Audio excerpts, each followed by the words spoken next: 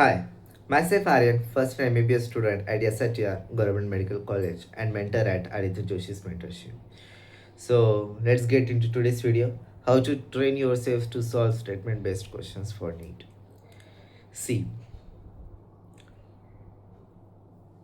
reading, practicing MCQs is the only solution for such questions. Statement based हो या apart from the statement based हो कैसे भी question आ जाए if you have number of readings if you have done with number of readings of N C R T specially speaking about biology if you are covering whole chapter हर एक concept को आपने समझा हो even the numerical aspect of the chapter itself even the theory part even the numerical part even the diagrams सब कुछ cover किया हो then it becomes easy to solve any such type of questions. So if you want number of practice for each concept, not only for biology but also for physics and chemistry, कि हर एक chapter के related इतने questions बन जाए कि मैं एक भी क्वेश्चन ना छूटे, तो इसके लिए we have NCERT line to line question bank PDF which is totally designed to cover your NCERT thoroughly, to revise your NCERT thoroughly, so that you will not just get number of questions but also varieties of questions. For physics we have thousands of questions for each chapter which will give you assurity that एक भी question आपको exam में नया नहीं लगेगा, new नहीं लगेगा, और you won't face into solving any atpata, any weird question.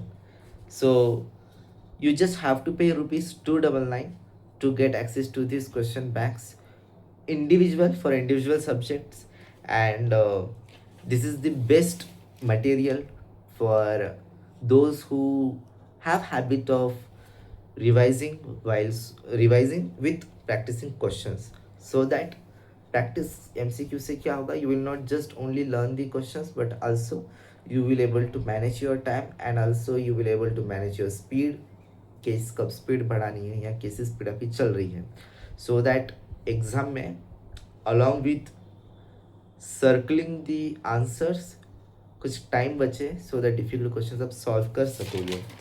So solving MCQs gives you many more things. The first point which I would like to mention it is recognizing tricky NCERT wording.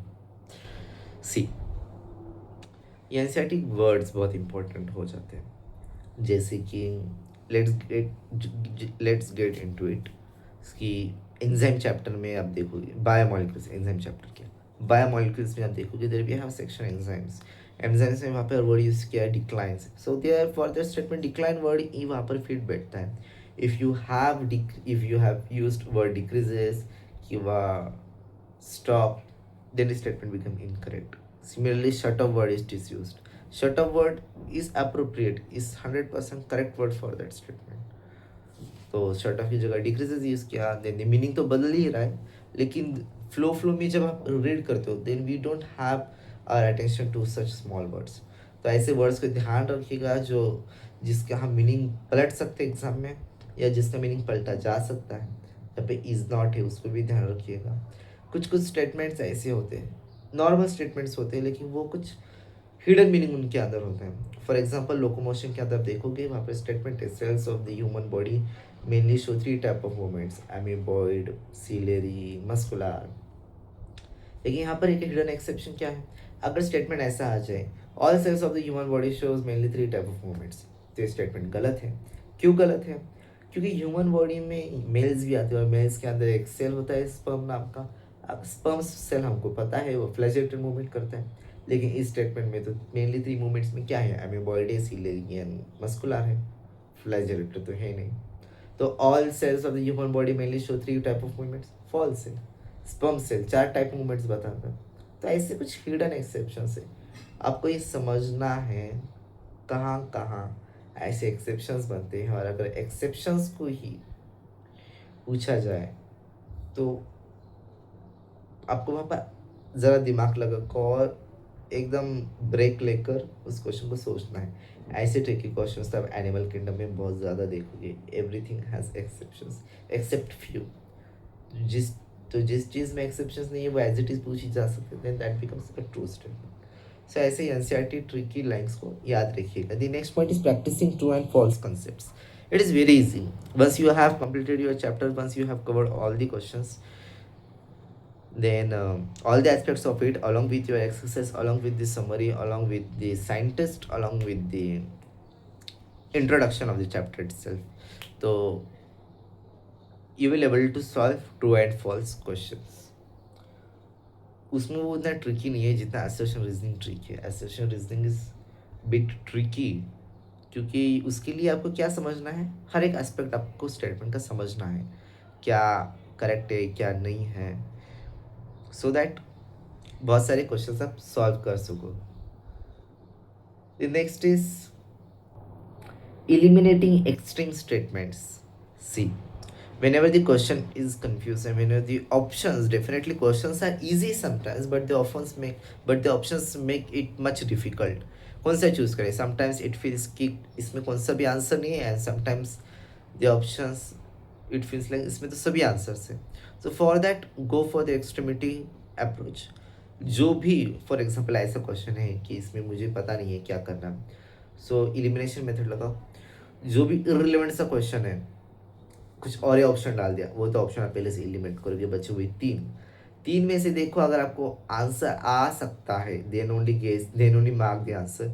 If you are trying to guess the answer, if you are just want to pick the answer, तो ऐसा मत करो, क्योंकि तीन में से आप एक चूज करो तो गलत होने के चांसेस ज़्यादा है वहाँ पर. So don't lose your marks by your hand.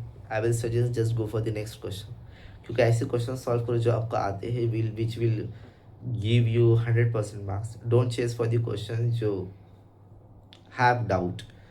If you are ready to lose one mark by your side, -5 आप कर सकते हो या खुद से 1 मार्क दे सकते हो, then try those questions. But we never know how the question will be set.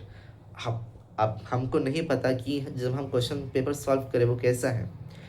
वो आपको तब पता चलेगा जब आप पेपर देख बाहर आओगे, सब के बारे में सुनोगे, तो आपको पता चलेगा अरे पेपर तो इजी था, पेपर तो डिफ़िकल्ट था.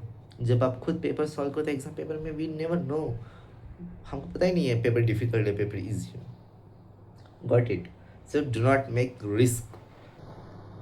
The next is revising. The fourth point is revising confusing topics repeatedly. Definitely जो topics आपको confusing लगते हैं उसको आप repeat करो.